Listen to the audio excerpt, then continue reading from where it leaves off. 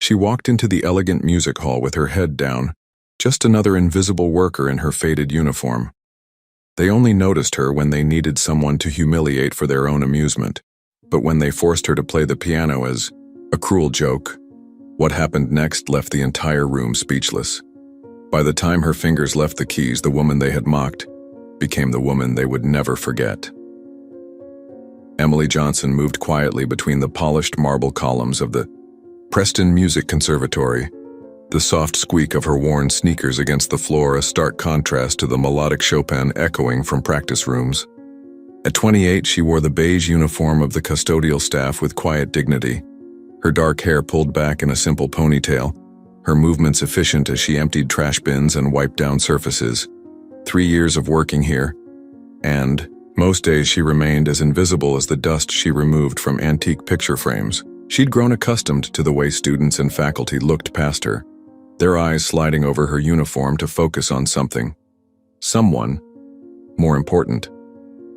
In the main hall, she paused to adjust a slightly crooked portrait of a stern-faced composer before continuing her rounds. Her hands, though roughened by cleaning chemicals, moved with a grace that might have seemed unusual to anyone who bothered to notice. "Emily, can you handle the reception area today? We've got the foundation board." "Coming in," her supervisor called out, barely looking up from his clipboard. "Yes, Mr. Collins," she replied softly. As she moved toward the grand reception area with its soaring ceilings and wall-length windows, Emily caught a glimpse of the magnificent Steinway in the corner, the centerpiece of countless recitals and fundraisers. For just a moment, her expression shifted, a whisper of longing crossing her face. In the reflection of a polished brass lamp, she saw herself as she once was, 15 years younger, seated at a similar piano, her future stretched before her like an unwritten symphony, but that was before life had intervened, before choices made from love rather than ambition had set her on a different path. Emily shook her head slightly and continued with her work. The past was the past. This was her life now, and she had made her peace with it, or so she told herself each morning. Victoria Parker strode through the reception area, her heels striking the marble with authoritative clicks. At 53, she commanded the conservatory with the same precision she once brought to concert stages across Europe. Her tailored navy suit and perfectly styled silver bob projected the image she had carefully cultivated. Success, refinement, unquestionable authority. "Those chairs need to be exactly 1 inch apart, not this." "Haphazard arrangement," she instructed, barely glancing at Emily. "The Jefferson Foundation representatives expect perfection." "Yes, Mrs. Parker," Emily replied, immediately moving to adjust the chairs. From across the room, Samantha Reed observed the exchange with a barely concealed smirk. As the conservatory's star piano instructor, Samantha had built her reputation on producing competition winners and maintaining exacting standards. "Victoria, do remind the staff that they should use the service corridors when the guests arrive," Samantha called out, her voice carrying just enough to ensure Emily heard. "Last time I noticed some of them in plain sight during the Chopin competition." Emily's cheeks warmed, but her hands remained steady as she continued arranging chairs. These small humiliations had become as routine as dusting the trophy cases. Later, as Emily polished the brass handrails along the grand staircase, she paused at the sound of a student struggling through a difficult passage on the piano. Through the partially open door, she could see a young girl, maybe 12, her frustration evident as she repeatedly stumbled over the same measures. Without thinking, Emily whispered, "Try releasing your wrist more on the arpeggios." The girl turned, startled as Samantha appeared beside her. "Did you just try to instruct my student?" Samantha's voice cut through the air like ice. "I'm sorry, You just what? Thought your expertise as a janitor qualified you to comment on piano technique." Samantha's laugh was sharp. "Please stick to what you know, cleaning supplies and trash collection." Emily's eyes dropped to the floor as the door closed firmly in her face. She resumed her polishing, shoulders slightly more hunched than before. What Samantha couldn't see was Emily's fingers, moving imperceptibly against the railing, tracing the notes of the piece the student had been playing, correcting, perfecting, completing the passage in a silent performance that no one would ever witness. The day of the annual fundraising gala arrived with a flurry of activity. The conservatory gleamed under Emily's careful attention, every surface polished, every chair perfectly aligned. Wealthy patrons would soon fill these halls, their donations determining which programs flourished and which withered in the coming year. Emily worked quietly in the reception area when Samantha burst through the double doors, phone clutched against her ear, face tight with panic. "What do you mean you're in the hospital?" Her voice echoed across the marble floor. "The gala starts in an hour, Olivia. You can't possibly—" She paused, listening, her expression darkening. "Food poisoning? Today of all days?" As Samantha ended the call, Victoria rushed toward her, sensing disaster. "What's happened?" "Olivia can't perform. She's in the emergency room." Victoria's hand flew to her pearl necklace. "But she's our centerpiece. The Jefferson Foundation specifically requested Liszt's Hungarian Rhapsody." "I know that," Samantha snapped, then lowered her voice. "None of my other students can handle that piece without preparation."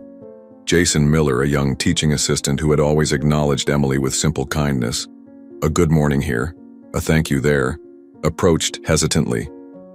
"Mrs. Parker, if I might make a suggestion." Victoria turned, desperate for solutions. "What is it, Jason?" He hesitated, then continued. "I've heard someone else play that piece. Quite brilliantly, actually." "Who?" "Professor Williams is out of town. Unless you're suggesting one of the graduate students?" "No, actually." Jason's eyes drifted toward Emily, who was dusting a nearby display case, seemingly oblivious to their crisis. "I'm suggesting Emily." The silence that followed was deafening. Samantha recovered first, a laugh bursting from her lips. "The janitor? You can't be serious." "I've heard her playing after hours when she thought the building was empty," Jason continued undeterred. "She's remarkable." Victoria and Samantha exchanged incredulous glances before both turning to stare at Emily, who had now frozen in place, duster suspended in midair. "Is this true?" Victoria demanded. "You play piano?" Emily lowered the duster slowly, her cheeks coloring. "Yes, ma'am." "And you think you could play Liszt's Hungarian Rhapsody?"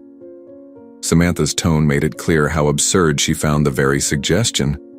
Emily hesitated, then met Samantha's eyes directly for perhaps the first time in 3 years. "Yes, ma'am, I can." Victoria's eyes narrowed as she studied Emily, seeing her, truly seeing her for perhaps the first time. "You honestly believe you could perform at our fundraising gala?" Emily stood perfectly still, caught in the unexpected spotlight of their attention. Around them, staff bustled about preparing for the evening, oblivious to the drama unfolding in their midst. "Let me understand this," Samantha interjected, her voice dripping with condescension. "You think you can step in for Olivia Sanders, who's been training at elite institutions since she was 5? Emily's reply was simple. "I know the piece." Richard Taylor, chairman of the board, approached their small circle, his curiosity piqued by the unusual tension. "What's the problem, Victoria?" "Apparently," Victoria said with an artificial laugh, "our custodian believes she can save our gala performance." Richard's eyebrows rose slightly as he assessed Emily. His gaze traveled from her practical shoes to her simple uniform, lingering on her hands that had just been emptying trash bins and polishing surfaces. "Well," he said slowly, a certain gleam appearing in his eyes, "this is certainly unexpected." Samantha leaned closer to Victoria and Richard, lowering her voice, though not enough to prevent Emily from hearing. "It might actually work to our advantage. We could present it as part of our community outreach efforts. If she's terrible, we make a self-deprecating joke about our desperate situation. If she's passable, we look generous for giving the help a moment in the spotlight." Victoria's expression shifted as she considered the possibilities. The donors might find it charming. A little entertainment before we explain about Olivia's unfortunate situation. Emily stood silent, invisible once more as they discussed her as if she were an object, a prop for their performance rather than a person with feelings and dignity. "It's settled then," Victoria announced, turning back to Emily. "You'll play tonight. One piece. The list." "And if I refuse?" Emily's question hung in the air, surprising even herself with its boldness. Victoria's smile never reached her eyes. "Then we'll need to reassess whether your position here is still necessary. Budget cuts, you understand." In that moment, Emily faced a choice that reached far beyond music. This was about her dignity, her identity, the parts of herself she had carefully hidden away. This was about standing up or backing down. We're so close to 1,000 subscribers. If Emily's courage touches your heart, help us reach this milestone today. Hit that subscribe button now to join our community of storytellers and never miss these moments of unexpected triumph. Now let's see what happens when Emily faces her moment of truth. The grand hall filled with the conservatory's most generous patrons, their evening attire glittering under crystal chandeliers. In the wings, Emily stood alone, still in her beige uniform, the name tag, Emily J., pinned to her chest like a scarlet, letter identifying her as outsider, as other. Victoria tapped the microphone, her practiced smile gleaming. "Ladies and gentlemen, we have a slight change to our program tonight.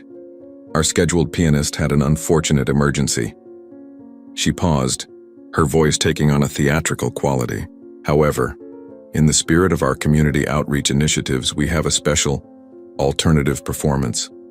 Murmurs rippled through the crowd as Victoria continued. "One of our maintenance staff has volunteered to demonstrate how music touches all lives, regardless of background or training." The introduction hung in the air like a veiled insult as Emily walked onto the stage, the spotlight harsh against her simple clothes. A few titters of laughter floated from the back of the room.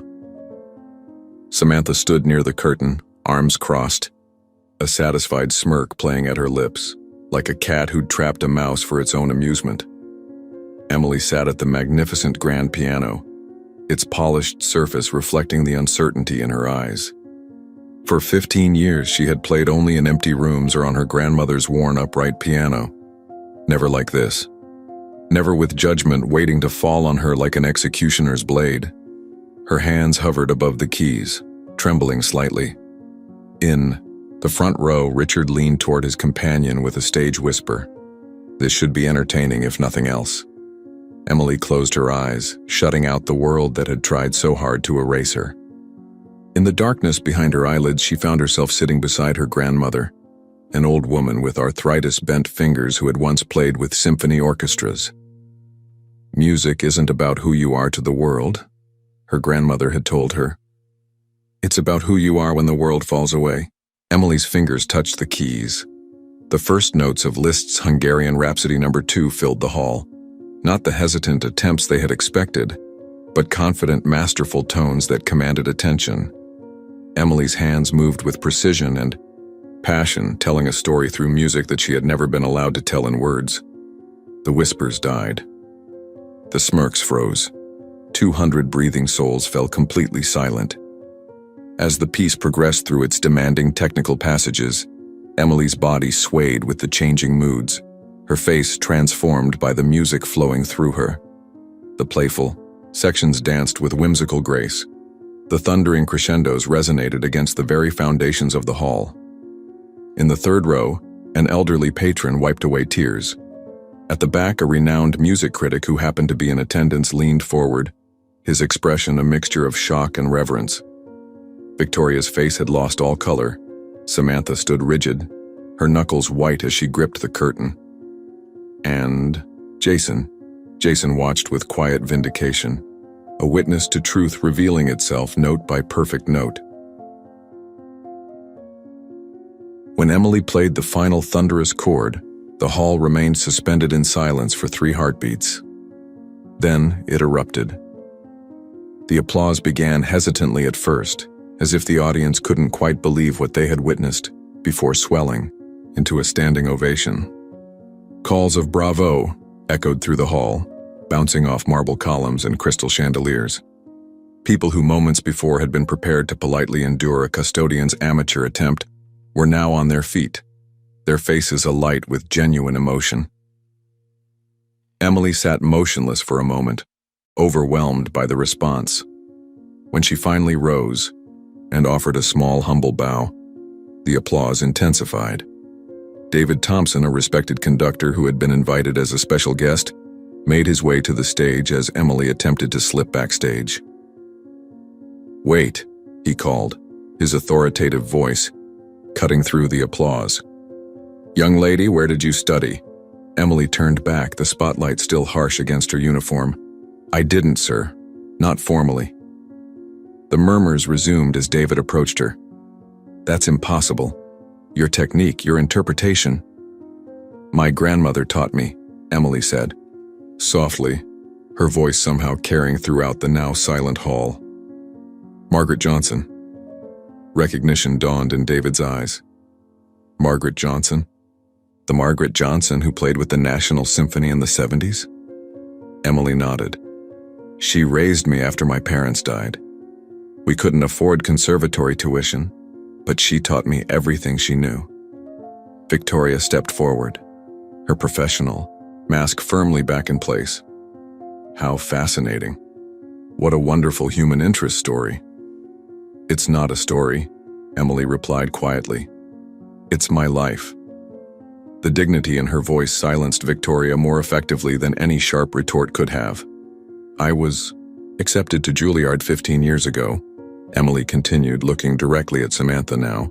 "But my grandmother had a stroke that same week. I stayed to care for her. By the time she passed, there were medical bills and the opportunity was gone." David Thompson nodded slowly, understanding dawning in his eyes. "So you took a job here to stay close to music?" "Yes." Emily's simple answer contained volumes.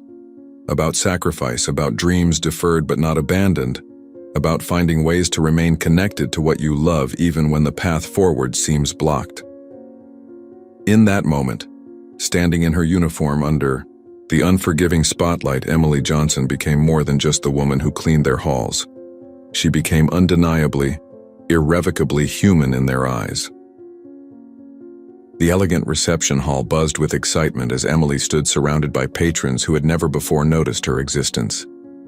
Their eyes, once sliding past her uniform as if she were part of the furniture, now sought her out with eager curiosity and newfound respect. "Your interpretation of the middle section was extraordinary," remarked a silver-haired woman who had donated the funds for the East Wing. "So much emotional depth." Emily accepted the praise with quiet grace, neither shrinking from it nor reveling in it. Across the room, Victoria Parker moved through the crowd with mechanical precision, her professional smile strained as she fielded questions about the remarkable discovery in their midst. "Of course we recognized her potential," Victoria insisted to a major donor. "Our community outreach programs are designed precisely to nurture such hidden talents." Nearby, Samantha Reed stood alone by the refreshment table, her usual circle of admirers noticeably absent. She watched as her most promising students gathered around Emily, eyes shining with the kind of genuine admiration no credentials could command. Jason approached Emily with 2 glasses of sparkling water, offering her one. "I told you they'd be amazed," he said quietly. "Thank you for speaking up," Emily replied. Not many people would have. Before Jason could respond, David Thompson rejoined them, now accompanied by Elizabeth Chen, the head of the Jefferson Foundation. "Ms. Johnson," Elizabeth began, "our foundation believes that talent should never be limited by circumstance. We've been searching for someone to lead our new initiative for underprivileged youth, someone who understands both musical excellence and real-world barriers." Emily's eyes widened slightly as she realized what was being offered.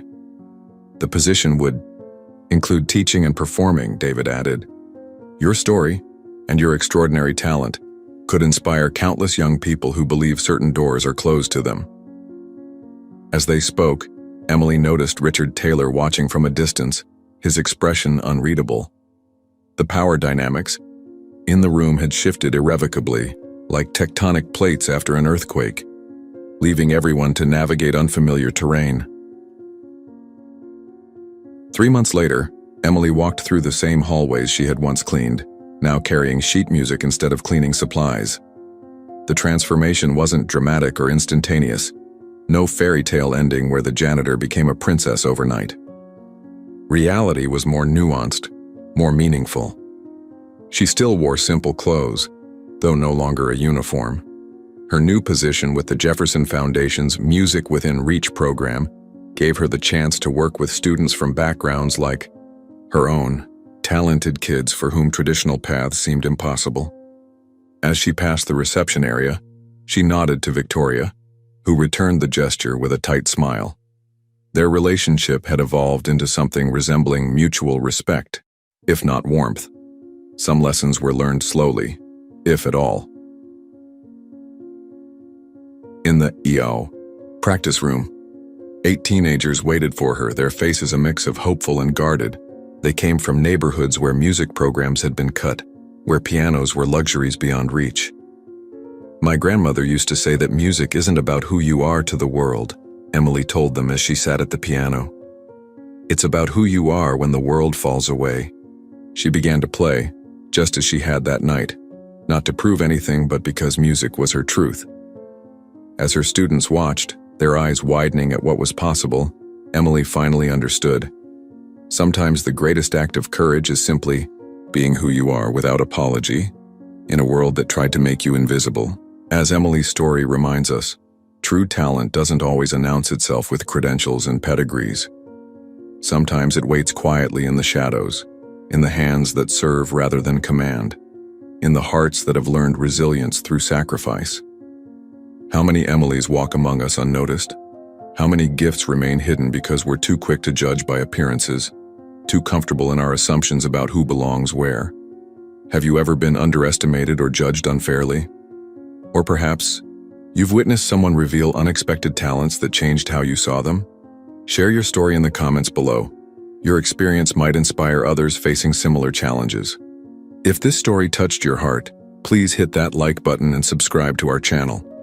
We're so close to 1,000 subscribers, and your support helps us bring more of these powerful, life-affirming stories to light.